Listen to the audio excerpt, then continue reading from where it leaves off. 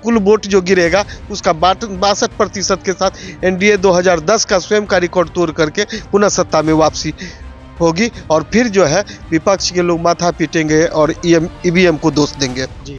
सड़क से सदन तक की बात होती है, पर अब सदन से जेल की बात हो रही है। ऐसा एनडीए गठबंधन का कहना है कि राहुल गांधी को जेल जाना पड़ेगा। नमस्कार, आप देख रहे हैं बिहार डेली लाइव, मैं निखिल।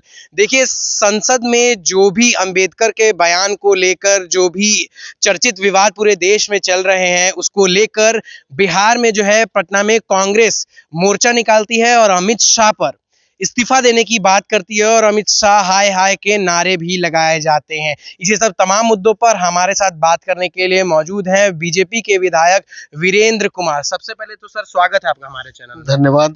सर, कैसे देखते हैं, अमित शाह गृह मंत्री हैं हमारे देश के, उन्होंने अंबेडकर पर जो बयान दिया पूरे देश में, उसके बाद जो है बात विवाद चल रहा है, चर्चित माहौल बना हुआ है, कैसे देख रहे हैं? देखिए, अंबेडकर जी के ऊपर बयान की बात है और माननीय गृह मंत्री अमित शाह जी की बात है जी।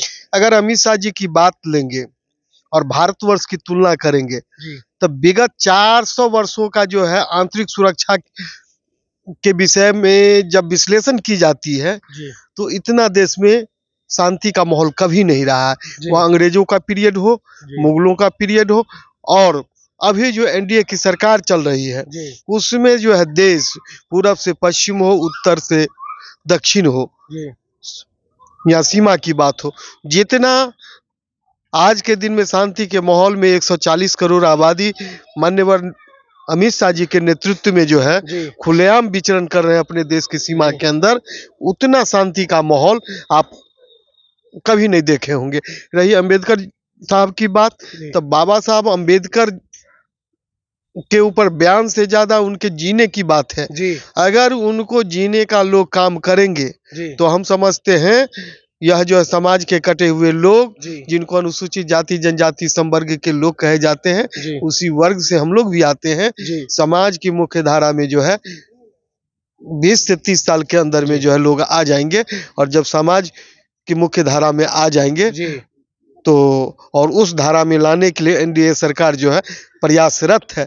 इस दिशा में कांग्रेस का जो है कभी कोई पहल नहीं रहा है और उस दिशा में एनडीए का जो पहल रहा है और एनडीए के पीरियड में भीमराव अंबेडकर जी का जो सम्मान हुआ है और उनके अनुयायी लोग तो सभी लोग हैं, लेकिन जिनके लिए जो है विशेष व्यवस्था बनाई गई थी जो समाज की मुख्य धारा से कटे हुए थे, ऐसे लोगों के घर में 2014 के बाद बिजली लगी है। 2014 के बाद सरकार जो है प्रोत्साहित लोगों को की है जो उनके घर में भी शौचालय बने, वो भी जो है पक्का छत के नीचे उनका भी वासरा हो। तो इस तरह की व्यवस्था एनडीए गवर्नमेंट के कार्यकाल में हुआ। इसके लिए हम मतलब आपका जी के साथ साथ अपने देश के जो है प्रधानमंत्री महोदय और एनडीए के तमाम घटक दलों को जो है अपनी ओर से हार्दिक अभिनंदन करते हैं, वंदन करते हैं जो संपूर्ण समाज के लिए नियम बनाने का काम। मतलब बीजेपी के नेताओं का कहना है कि 2014 से पहले शौचालय बनने का काम नहीं होता था। शौचालय था लेकिन आप लोग जो है स्वयं बनाते थे, लेकिन अनुसूचित जाति संवर्ग के लोग में जो जागरूकता आया और जो सरकार प्रोत्साहन राशि दी, यह राशि का जो है कहीं कोई परिकल्पना 1900 उससे पहले नहीं थी और उसके पीछे कई कारण हो सकता है। आबादी कम रहने के बाद जो है अगल बगल में लोग जंगल जाते थे, लेकिन अब जो आबादी बढ़ी है और आबादी बढ़ने के साथ जो लोगों को मूलभूत सुविधा की जो आवश्यकता थी वह 14 के बाद प्राप्त हुई है, या उन लोगों से भी पूछ सकते हैं। और आप लोग मीडिया के लोग हैं, आप लोग भी समाज में जाने के बाद विश्लेषण करते हैं और आज जो 2047 की बात लेकर के सरकार जो है काम कर रही है, जो 2047 में भारतवर्ष कैसा होगा, एक विकसित राष्ट्र होगा। चलिए सर, चलते चलते आखिरी सवाल रहेगा, कल इनकम टैक्स के बाहर जो इनकम टैक्स के पास वहां पर कांग्रेस के तमाम जो नेता हैं, कार्यकर्ता है, वो पहुंचे और अमित शाह का पुतला फूकने का काम किए और नाराबाजी भी लगाए, अमित शाह इस्तीफा दो इस्तीफा दो। क्या अमित शाह इस्तीफा देंगे, अब माफी मांगेंगे? अब अमित शाह जी क्यों माफी मांगेंगे? वह देश के लिए काम कर रहे हैं। उनका कहना है कि अंबेडकर जी का जो विपक्ष क्या बोलता है उस पर हम लोग थोड़े ध्यान देते हैं। हम लोग भी विपक्ष में होते हैं तो कार्यक्रम करते हैं, सरकार की जो गलत नीति है उसका विरोध करते हैं। इसका यह अर्थ थोड़े है जो सरकार चलाने वाली जो पार्टी चला रही है वो इस्तीफा दे देगी। सरकार की कुर्सी पर जी आम जनता के विश्वास के कारण हम बैठे हैं, जी और विपक्ष के कहने के बाद हम सत्ता छोड़ देंगे, ऐसा जी। थोड़े होता है। फिर चुनाव में हम जाएंगे, सरकार आम जनता भरोसा करेगी, फिर हम आएंगे।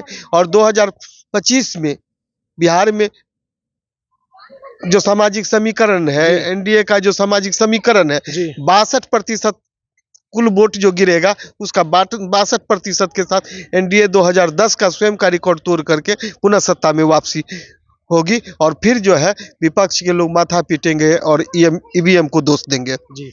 तो आपने सुना, हमारे साथ मौजूद थे बीजेपी के विधायक वीरेंद्र कुमार। स्पष्ट रूप से कहना था कि 2010 का रिकॉर्ड टूटने वाला है 2025 के विधानसभा चुनाव में। साथ ही साथ इन्होंने ये भी कहा कि विपक्ष कुछ भी कहती है तो इसका ये मतलब नहीं कि सत्ता पक्ष उस पर हर बात का जवाब दे ही। साथ ही साथ इन्होंने बाकी जो हमने सवाल किए उसको भी स्पष्ट रूप से बताया है। और आपकी क्या प्रतिक्रिया है कमेंट सेक्शन में जरूर साझा करें। तब तक के लिए देखते रहिए बिहार डेली लाइव। धन्यवाद।